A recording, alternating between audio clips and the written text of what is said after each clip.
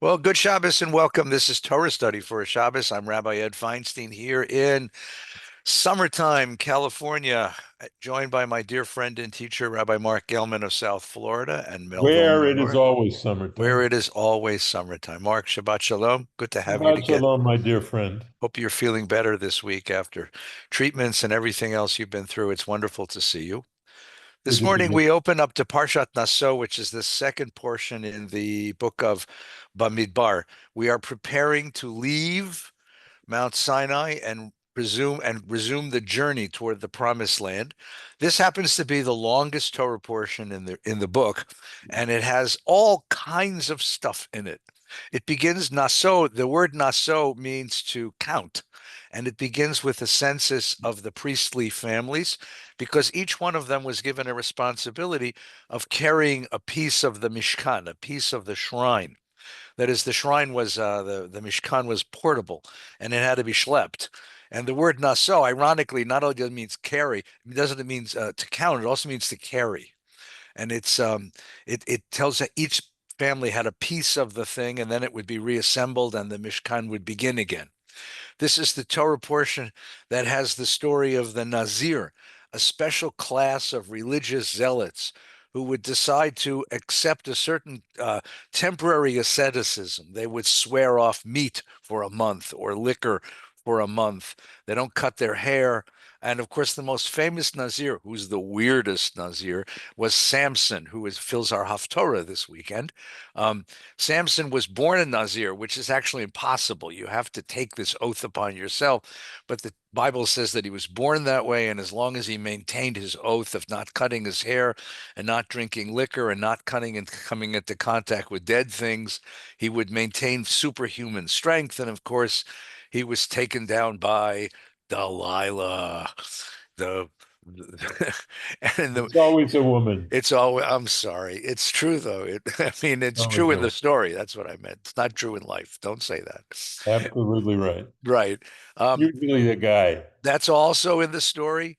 And one of the other pieces, it's a sort of potpourri, right? I think I called this Torah portion once the tinfoil Torah portion, because when my family and I would go camping, when I was a little kid, we would take these camping trips.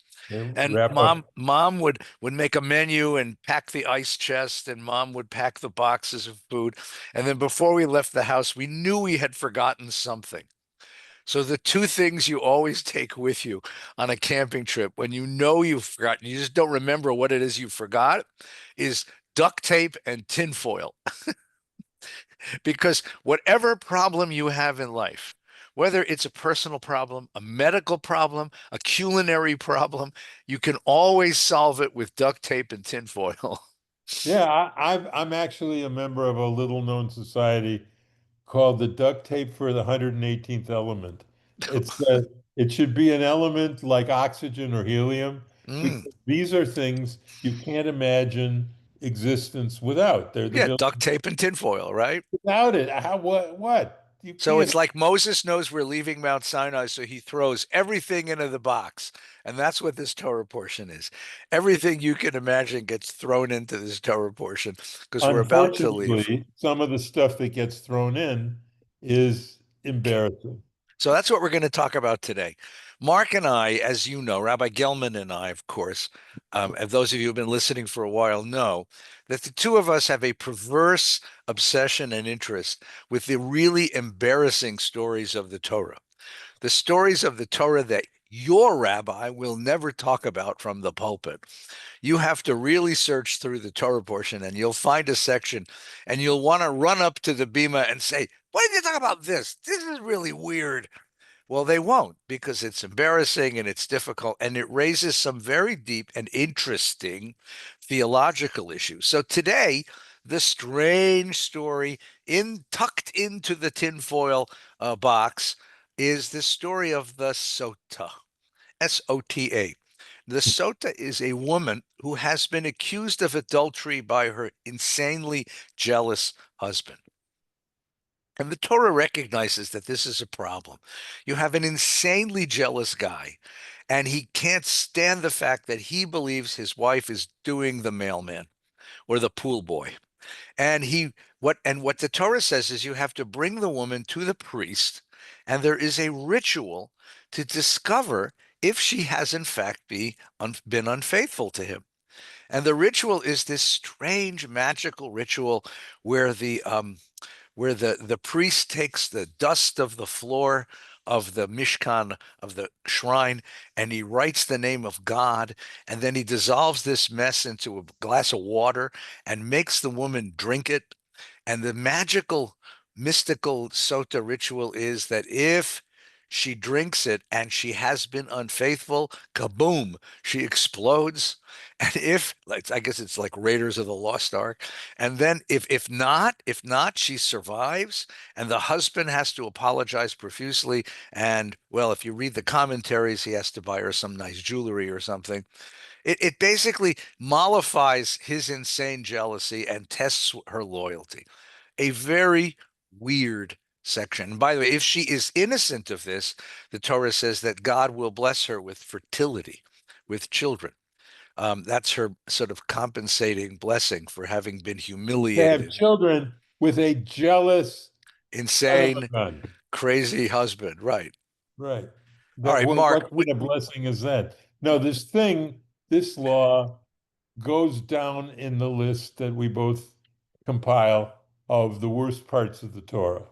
It Okay. includes a woman captured in battle who you can keep in your tent and essentially make a sex slave out of her after a year of No, it's a wife. You have to make her a wife. to make her what, Whether but it's with her, that's after raping her no, you're not allowed to rape her. That's the point. You for have to wait for a for a month. year or a Yeah, or month, a month. You whatever. get a month, and then she decides she wants to stay with No, then you still can keep her if it, you don't right, make it without her consent. Right. without her consent. So that goes there. That's one Then of the worst laws in the Torah.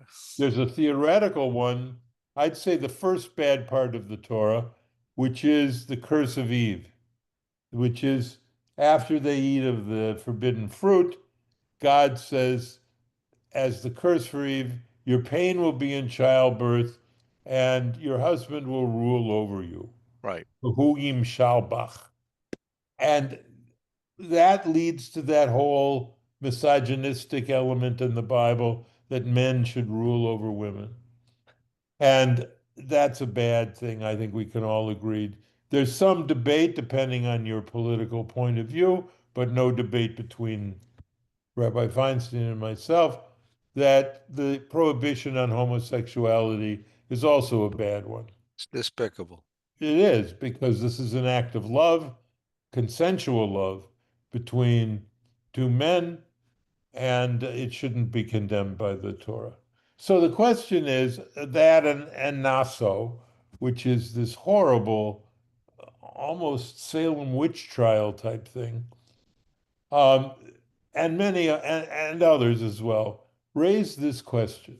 Does the Torah have a timestamp on it? Was it revealed by God to be valid forever and ever, which is essentially the Orthodox point of view? Or are there some parts of the Torah that were meant just for that time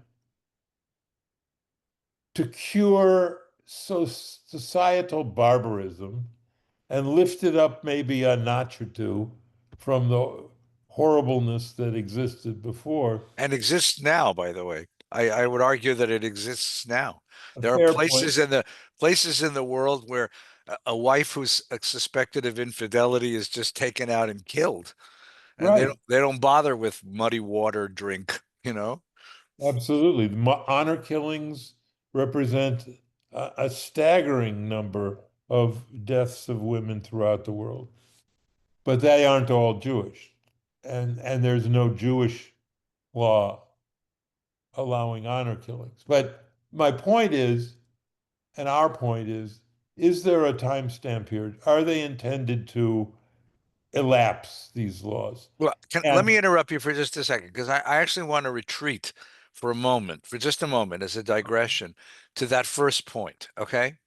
So, first of all, for everyone listening, you should know that, rabbis keep these perverse lists. right? You know, so when I was in rabbinical school, there was a list that was passed around of the 10 raciest sections of the Talmud, right? Um, Here, you keep a list of sections of the Bible that are deeply troubling. And the question the rabbi's asking was a brilliant question, which is, is there we assume that this is somehow divine. It has some connection, transcendent value, a connection with God.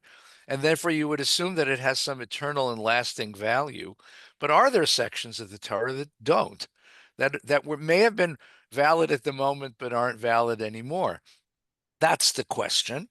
But for Yeah. just a moment, before you jump into that question, I just want to see if I can offer some kind of justification for this.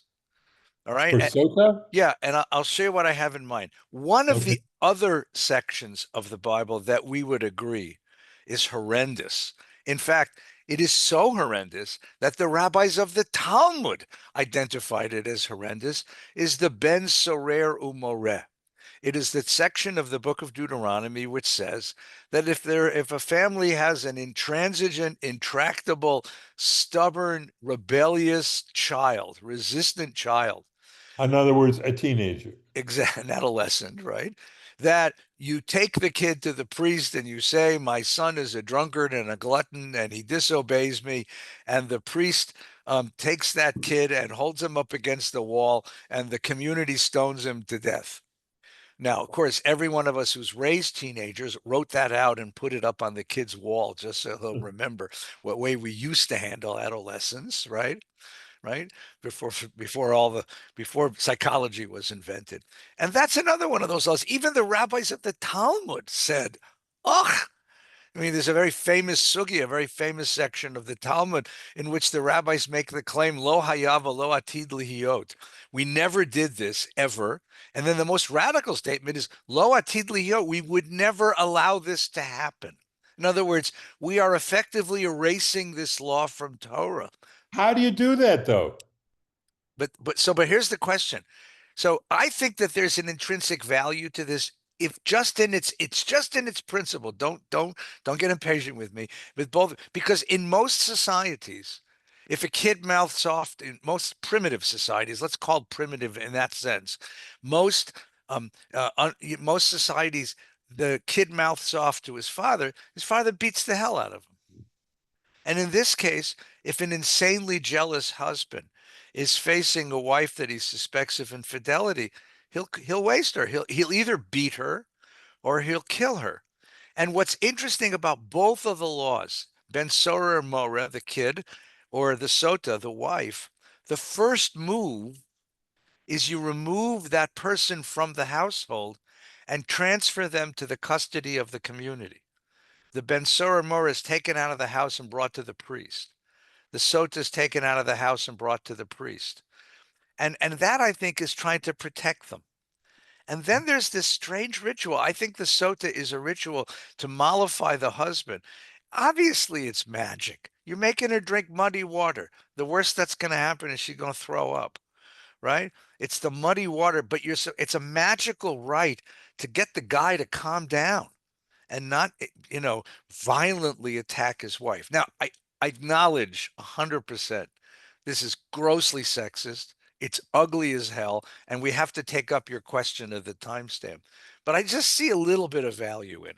No, I agree with that. I read a piece by Blue Greenberg, our friend, Wonderful scholar. some years ago, where she basically takes that point of view, and it's I won't say it's compelling, but there is a little bit of truth in it. Okay. The Now let's point take up your question. Yes. okay, my response to the question is all of this reflects a gross misunderstanding of Orthodox Judaism.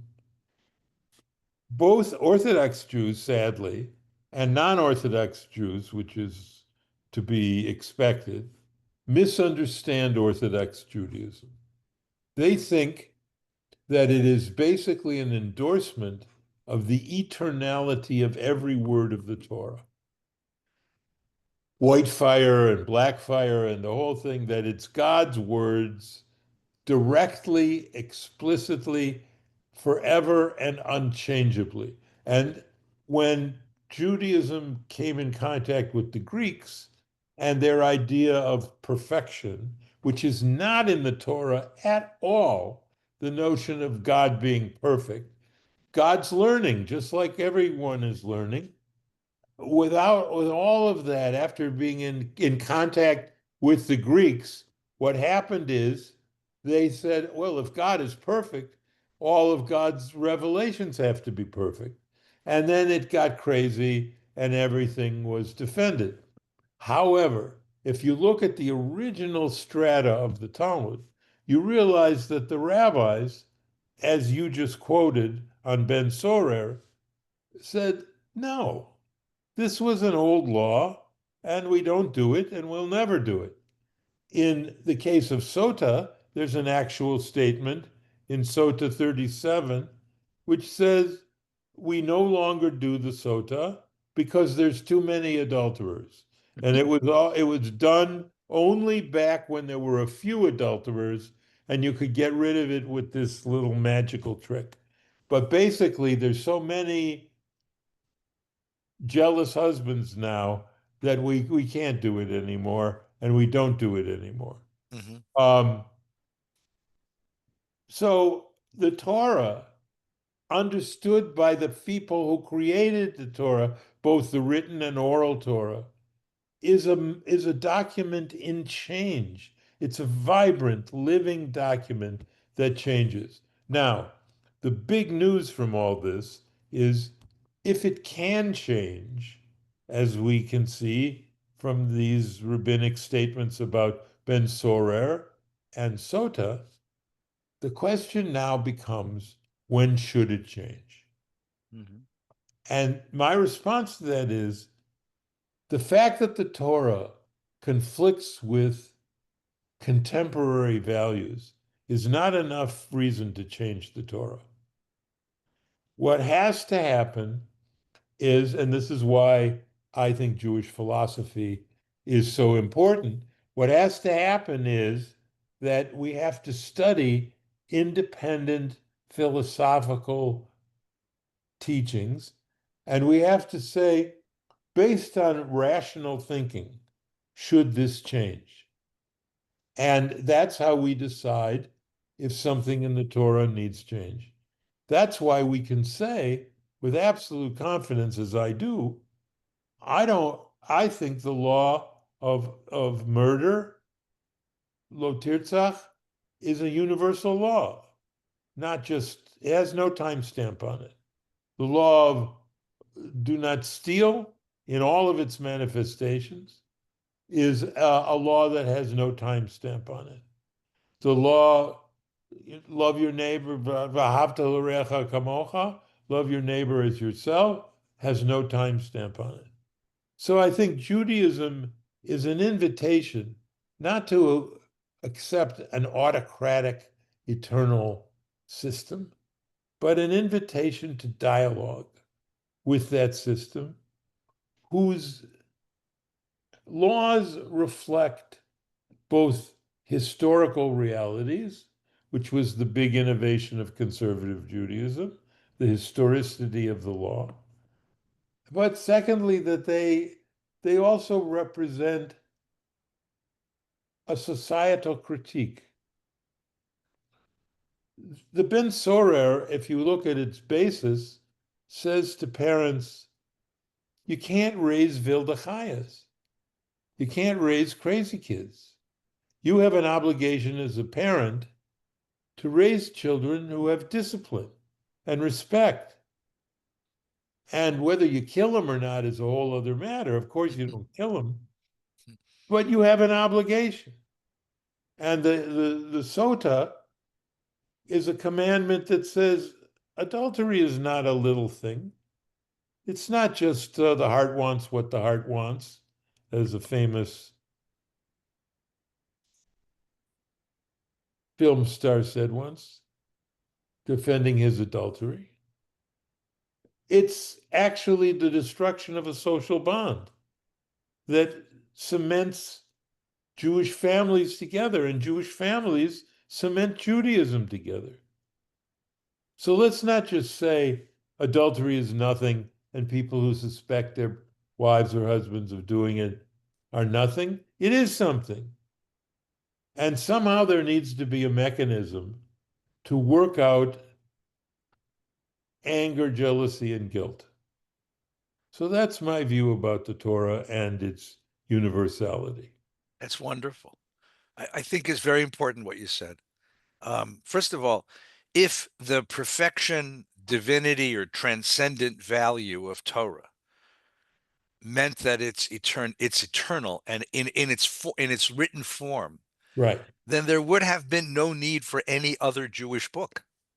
I mean, the whole idea that there is a Talmud, which takes the Torah and twists it and turns it. Even Talmud says, hafochbo, turn it over and turn it over and opens it up.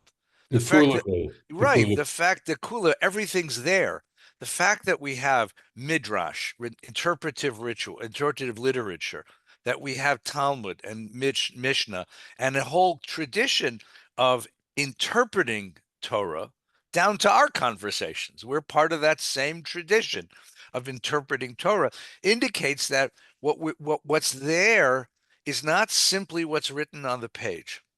And that, I think, is the big idea, that the Jewish tradition understood that the divinity of Torah means not that what's written on the page is the last word, it's that what's written on the page is the first word, right? And that there's infinite depth that one has to look at, one has to master, one has to explore, to plumb those depths and discover the meanings that are underneath the written words of the Torah. That's Yeah. what the whole tradition means. And that's what this conversation is always about. Now, the technique that I would suggest, I think you mentioned it, but I want to go back and highlight it. The technique of reading. So first of all, what we're saying is that Torah itself demands intelligent, critical, imaginative reading. Right? One of the first comments of Rashi, the great commentator of the 12th century, or the 11th century, on Torah, is he says, the very first word, Eina mikra zemer elo darsheni. This text calls out, interpret me. Interpretation is the skill of reading, because interpretation recognizes that reading is not a passive reception of truth. Reading is a partnership between reader and writer, between reader and text in the construction of truth. And we have to be active partners, critical, imaginative, open, active partners in the construction of Torah's truth. That's the first thing. And the way we do that, here's the second thing, is by seeking the principles that are underneath each of these laws and recognizing that sometimes it turns out that the actual text of the law violates the principle that it was trying to point to. Yes. Best example, right? Over and over again in the Torah, you're told that when someone injures someone else, an eye for an eye, a tooth for a tooth, a wound for a wound. Now the principle is very clear: a proportionality of punishment or compensation to the wound that was, or the injury that was incurred. But the Talmud recognized right away you can't take that literally, right? What if a one-eyed guy punches out the eye of a two-eyed guy? I mean, what are you going to do? Take his other eye? What if a blind guy?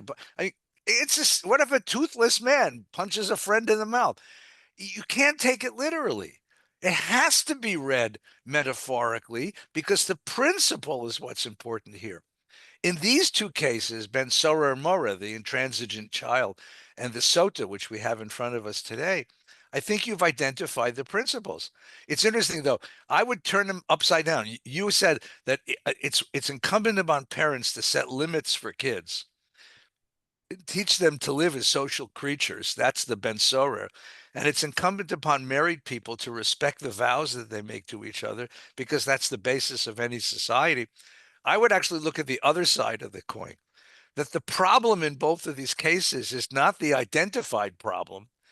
The problem in the Ben Sora Mora is not the kid with the big mouth. The problem is the insanely angry father. And the problem in the Sota is not the woman who's suspected of committing adultery. It's the insanely jealous husband. And that what you're telling these people is that before you go off and whack somebody, just stop a moment and recognize the humanity of the other, impose a procedure, some kind of procedure that imposes that slows it down and affirms that this is what we need to be doing, so that something needs to be done, and what needs to be done in a civilized manner. In a civilized manner. I mean, remember there was a very famous case in one of the presidential debates many, many years ago. They asked, I think it was Michael Dukakis was running for president, and they asked him, if somebody, raped your wife, wouldn't you want them to have the death penalty? And he sort of humped and fumped around and didn't exactly know how. And then the answer to the question was, of course I would want to strangle him myself. But that's the reason why we have a civilized situation that takes that person into social custody, affirms that the crime has been real, and imposes a punishment on him that's appropriate to the crime. That's the idea. Look for the principle. Look for the principle involved.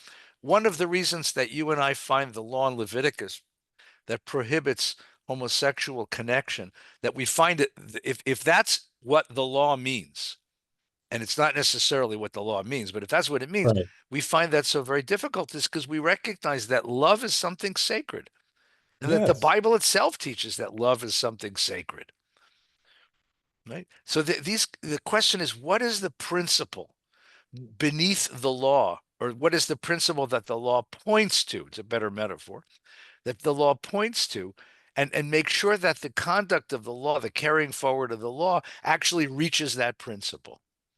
Right. And I have something to add to that, which is something we've left out of our conversation so far. We've been talking today about how do you deal with old laws that may be bad. I want to bring up a point which speaks even more powerfully, I think, to the vitality of Jewish law. And that is, how do we deal with new situations that were never anticipated in the Torah using the values of Torah itself? Mhm. How do we look forward? And for this, I want to honor and quote my teacher and friend Moshe Tendler, and one of the great poskim, the son-in-law of Rabbi Moshe Feinstein, who was my predecessor as the chairman of the Jewish Medical Ethics Committee of Federation of New York, and a guy who knew everything I mean, really, he was the genius. He knew everything. He was a Godel. So one day we're talking at the Medical Ethics Committee about brain death. What does Judaism have to say about brain death? And this all became relevant in around the late 60s, around 68, with the development of a drug called cyclosporin, which was the anti-rejection drug that enabled for the first time surgeons to implant organs from other people in your body, eventually even animals into your body, and not have your body natural defenses reject what they were implanted. And this drug prevented that and enabled transplant surgery. The problem with it is that if you were going to take an organ from a person, they were going to die. But if they were dying anyway, then it was okay because your pikuach nefesh, you're healing someone with their organ. And organ donation became an established custom among right-thinking human beings in America. So, but the question then is, when can you take the organ? Well, when they're dead. Well, when are they dead? So then that raises the question, what is the official time of death? And there's some old rabbinic laws, even Maimonides, who was a physician, putting a feather under the nose to see if it moved. But that they could be in a coma, it could be wrong. But there were a variety of things. But once you were dead, they could take your organ.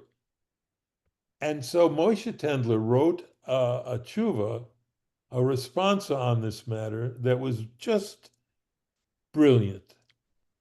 He said he took the law of a chicken that if you cut off its head, it still runs around a little from autonomous nervous reactions, but it's dead because the head is cut off.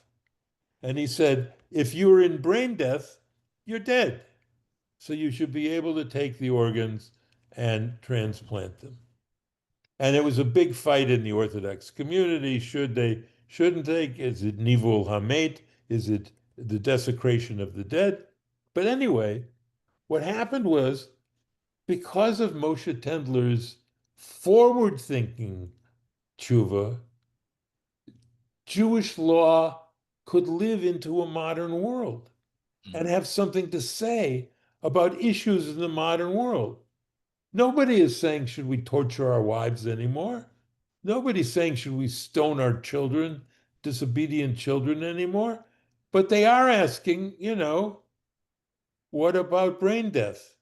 And they're asking about what about artificial intelligence? And they're asking about all these things. Judaism must face a hard reality. It's an ancient religion with an ancient legal tradition that was vibrant, but has become ossified. And it needs to speak with clarity out of what you brilliantly called the foundational Jewish values. It needs to be able to speak to the issues of our time. And if it doesn't speak to the issues of our time, whatever you interpret the Sorah or the Sota won't matter because we will be irrelevant. And that is the main thing for me. Yeah. Turning Judaism forward and having it say meaningful and Jewishly authentic things about modern social issues. So one of the great Zionist essays in the late 19th century was by Haam, the great Zionist writer. His real name was Asher Tzvi Ginsburg, and he was raised in the thick ghetto of Eastern Europe. He was an Ilui, a Talmud genius who had one day sort of had finished learning Talmud at age 9 or 10 or 11 or 12, and his parents got him the keys to the local library, and he taught himself European languages and started reading. And he writes a brilliant and brutal essay called People of the Book. And he says, we pride ourselves on being people of a book, but in truth, we're slaves of the book. That the book has taken away all of our natural curiosity about the world and all the impulses. And what's happened is exactly as you said, ossify, such a good word. It means to turn into stone, into bone. You've made it hard and dead instead of a living thing. And that's what's happened to Jewish law, he said, Jewish tradition. And for Ahad Ha'am, the great Zionist project wasn't what it was for Herzl. It wasn't just to build a state to protect the Jewish people with an army and a government.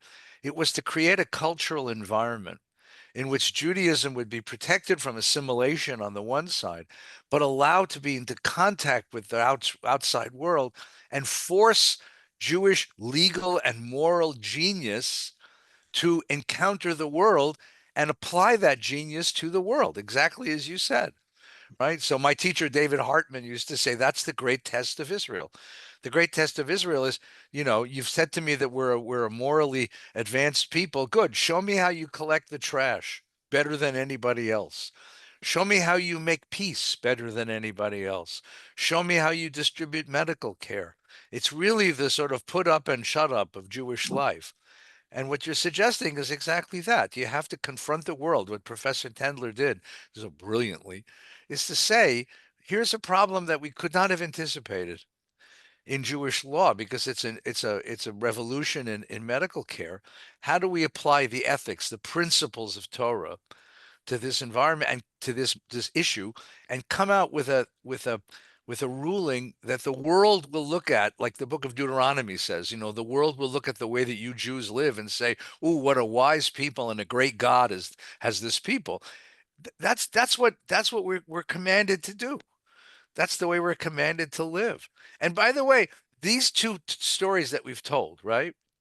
They raise the issues you mentioned, which is still like incredibly difficult issues. How do you raise teenagers? How do you raise teenagers in an age of cell phones?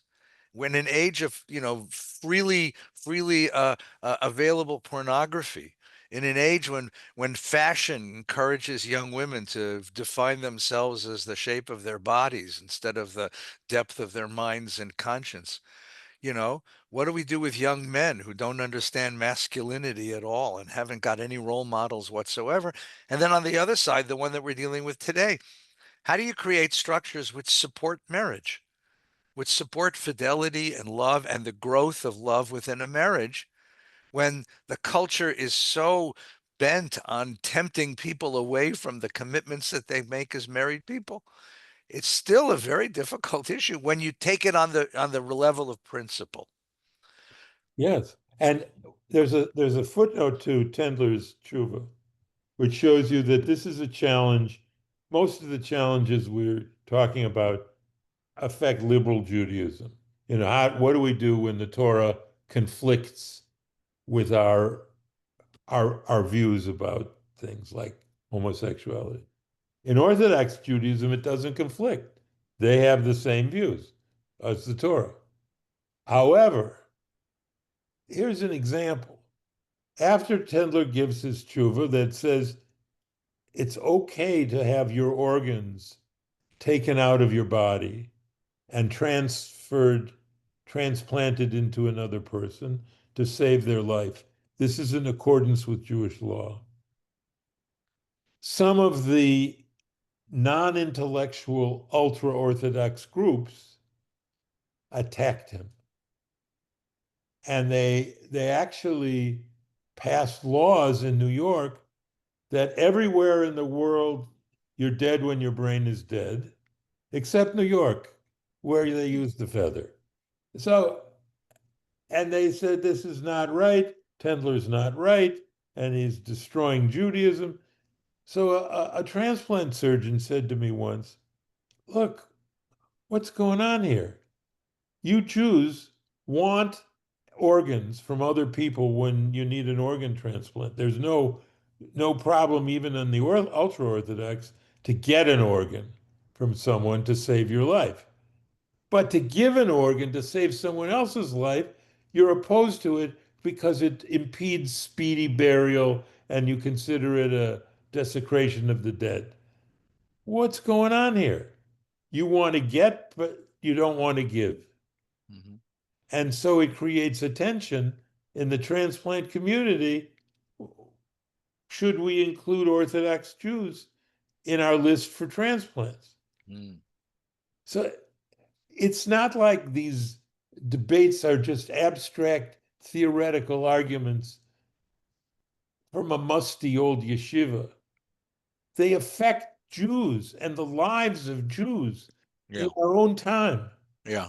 And that's why Judaism must move forward with all of its ancient laws. You've been very gracious in complimenting me on reinventing Midrash. And if I had a small role to play in that, I'm very, very humbled and Oh, honored. it's more than a small role. Those midrashim are told all over the world. So, Well, thank you. That the reason I did it is I said, here's an ancient, I'm not going to add to Jewish halacha because I'm not an Orthodox rabbi and I don't have the standing. But I could add to Haggadah, mhm. to Jewish stories, Right. and make some new Jewish stories. So they say, yeah, Midrash was old, but with Gelman and others, it's now new. It's modern Midrash. Yeah. What Tendler did in the legal area was the same as I did in the Agadic area. He said, no, Judaism must move forward in its legal rulings so that it has something to say about artificial intelligence. It has something to say about brain death. It has something to say about these issues. And so we published a compendium of what Orthodox Judaism says about various medical ethics. issues and tried to do that. But what you see is there's resistance within the Orthodox community to being relevant to the modern world. Yeah, well, because change is something that's difficult for that community. Listen, I got to tell you, the ultimate compliment to your work, to your midrash. I was at an educational conference many years ago, and a kid gets up to do a reading, and he reads one of your midrashim, but he started by saying, "I found an ancient midrash in a text, and I don't know what century it comes from, but it's quite brilliant." So, Gelman, you have been assimilated into the ancient tradition of Midrash, right? Yeah. That's the other story about that, which is your compliment. A friend of mine went to a Farbrengen in Mea Shearim, um, in the ultra Orthodox neighborhoods of Jerusalem on Saturday night. And the Rebbe turns to one of the guys there and says, "Lead Havdalah." And the guy says, "I would love to lead Havdalah." And Rebbe, I bring you an ancient nigun, an ancient melody that we have just discovered again. We've recovered it so we can sing it. It's the melody of our ancestors. And he goes, "Yai boy, ba ba ba ba boy boy, yai boy, ba ba ba ba boy boy." That's Debbie Friedman's Yes, melody. yes, And it is. little did he know that he's singing a reform song, woman song leader from San Diego. It's what this is the great compliment of Jewish history is when we take what is new and we forget that it's new and we assimilate it into the old and it becomes tradition. So please meet my 1800-year-old friend, Rabbi Mark Gelman. I Thank don't you look all for that old. listening. Thank you for sharing this Torah with us. Mark, take good care. Be strong this week and be well. Everybody, will see you next week. Take good care. Shabbat Shalom. Shabbat shalom.